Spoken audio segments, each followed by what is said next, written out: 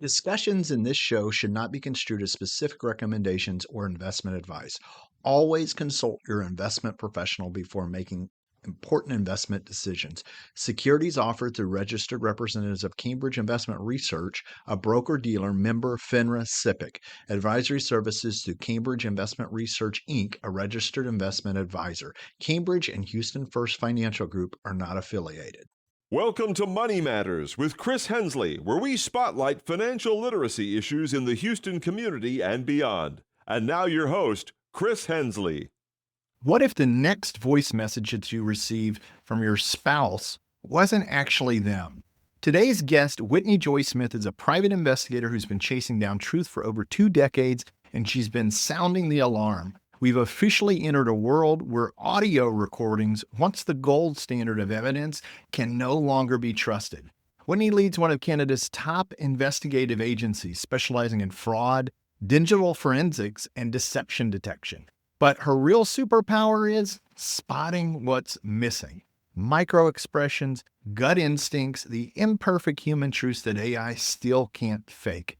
In this episode, we'll talk about deepfakes, the erosion of trust, and what it takes to protect your identity and your judgment in an age of digital manipulation. This is more than an episode about technology. It's a conversation about staying human when the lines between real and artificial keep blurring. Let's jump right in. Whitney, thank you so much for being on the show today. Let me just ask you, you co-authored an article with us. In that article, you mentioned that the moment you realized audio recordings could be faked was a turning point. Can you take us back to that moment? What happened and how did it change the way that you think about evidence? Absolutely. That moment came when a client presented me with an audio clip that, on the surface, seemed completely legitimate, emotionally charged, high quality, and very convincing. But something just felt off. We began digging deeper, using OSINT techniques and comparing the voice to other publicly available recordings of the individual in question. That's when I realized this wasn't just suspicious. It could have been fabricated using AI. From that point forward, I understood that audio clip could no longer be treated as irrefutable evidence. It required a full verification process, context, chain of custody, and cross-referencing with other data. Everything changed. All right. Now, Whitney, you've also built your career around uncovering the truth. How do you maintain trust in a world where even a voice can lie? Yeah, I've always believed that trust has to be earned. And that means being transparent about what we know and what we don't. These days, we explain to clients that we have the tools to detect manipulation, but certainty isn't possible. So I rely heavily on corroborating evidence, witness statements, surveillance footage, behavioral patterns. Trust is maintained by providing a complete picture, not just a single piece of data. That makes a lot of sense. In a world where audio can be generated, what new skills or instincts have investigators like you had to develop to stay ahead of deception? We've had to hone both our tech and human skills. On the technical side, we now use forensics tools to analyze pitch, background noise, and inconsistencies. But it's our human instincts that really give us the edge, listening for those tonal changes, spotting mismatches between behavior and voice, and assessing authenticity based on subtle cues. AI-generated voices often lack emotional variability or spontaneity. That too perfect quality becomes in its own the tell. You shared that perfection's actually a red flag in deepfake content. Can you explain that idea a little bit more and how your team spots when something's too polished? Yeah, sure. Think about the way people naturally behave. Emotions cause fluctuations in speech, camera movements, expressions, but deepfake content often lacks those imperfections. For example, in a genuine moment, a camera might shake because someone is surprised or afraid, but AI generated content, everything's smooth, eerily perfect. That's a red flag. Perfection can actually signal manipulation. We talk a lot in financial advising about digital clutter. Too many platforms, too many touch points. You've described a similar challenge in investigations where a single voice recording isn't enough anymore. How do you create a clear signal from all the noise? It's not easy. Sometimes we're working with a 20-second audio clip and nothing else. In those cases, we can't just go on instinct. We need context. We turn to OSINT, background checks, or additional surveillance to confirm authenticity. If we can't say with certainty, we provide a professional assessment based on experience and probability. It's about creating clarity without compromising certainty. I love that. What you said about microexpressions and inconsistencies in human behavior being difficult for AI to replicate. Do you think those human tells will always be our edge in the age of artificial intelligence? Yes, I do. AI might be getting better at mimicking speech or facial expressions, but it still struggles with the unpredictable nuances of human behavior. Those micro expressions, pauses, shifts in emotion, even the natural rhythm of speech. Those subtle details are where truth often lies. As long as we know how to look for them, we'll maintain an edge. All right, I got one for you. What scares you more, AI getting better at mimicking people or people starting to behave more like AI? Honestly, the second one. People are adjusting their behavior because of AI, self censoring, performing for imagined audiences, and relying too heavily on automated tools. That loss of authenticity worries me. When we begin to act like the very technology we fear, we risk losing the very traits that make us human: intuition, creativity, and emotional depth. How do you personally stay grounded, discerning, and human in a field that's becoming increasingly digital and distorted?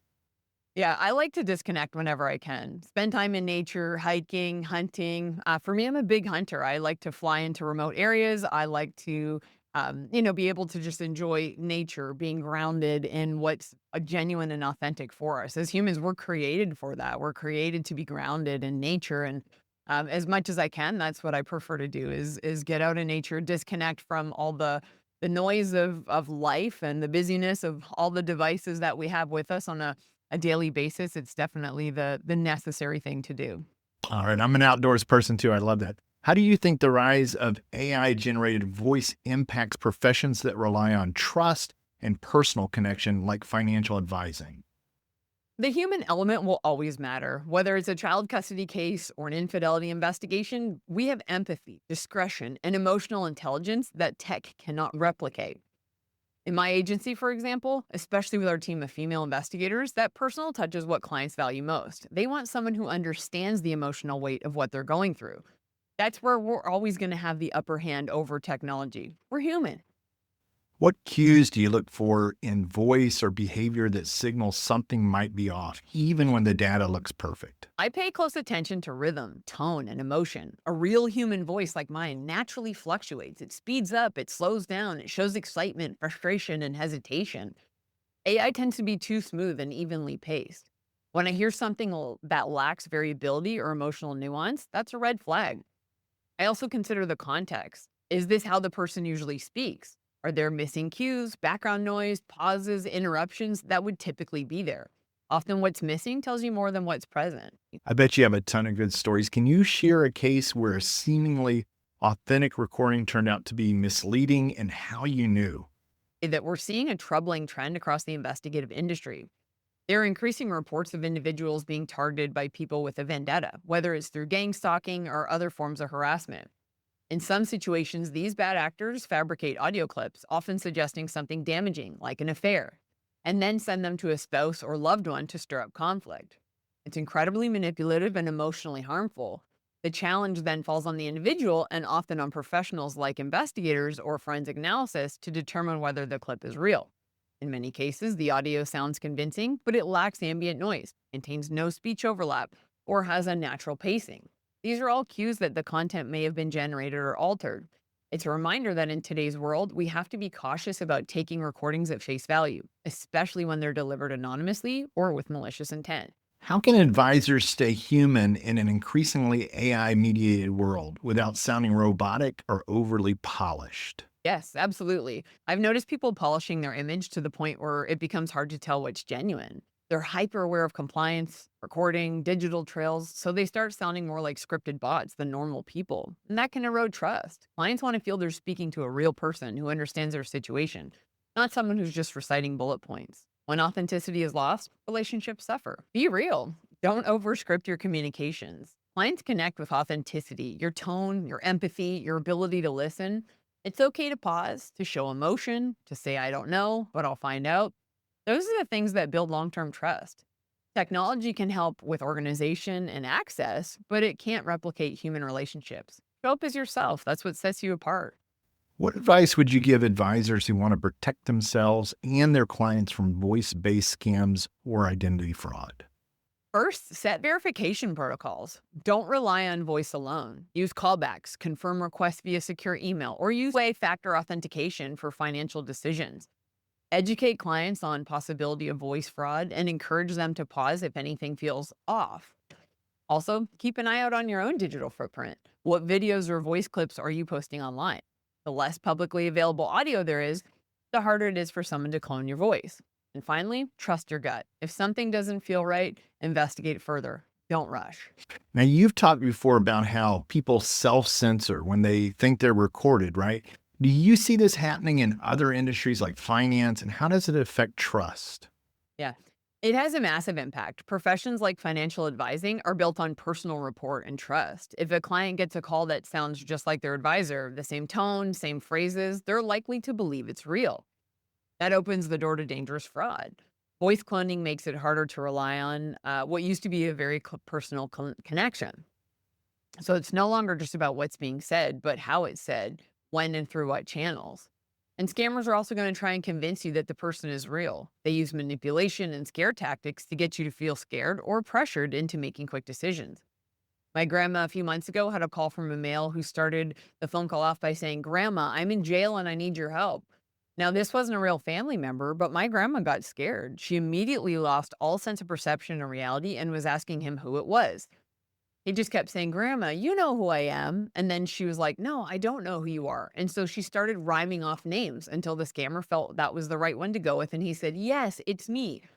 And she said my cousin's name. And then he said, "Yeah, that's me." He then proceeded to ask her for a credit card to get him out of jail. He kept saying, "Don't tell my dad. He's going to kill me. Grandma, please don't tell him." Now, thankfully, we've placed protections in place for my grandma, and she wasn't able to give any financial information to this individual. But that example just shows you how people will use fear and manipulation and other tactics to get information. All right. And then how might advisors use your thinking around behavioral patterns and anomalies to better serve clients during emotional life events like retirement, divorce, inheritance, and that sort of thing? Advisors can watch for those same inconsistencies we look for in investigations. Is the client acting differently, rushing decisions, avoiding certain topics? These behavioral shifts can signal stress, confusion, or external pressure. During emotional life events, it's especially important to slow things down and really observe, not just what clients are saying, but how they're saying it.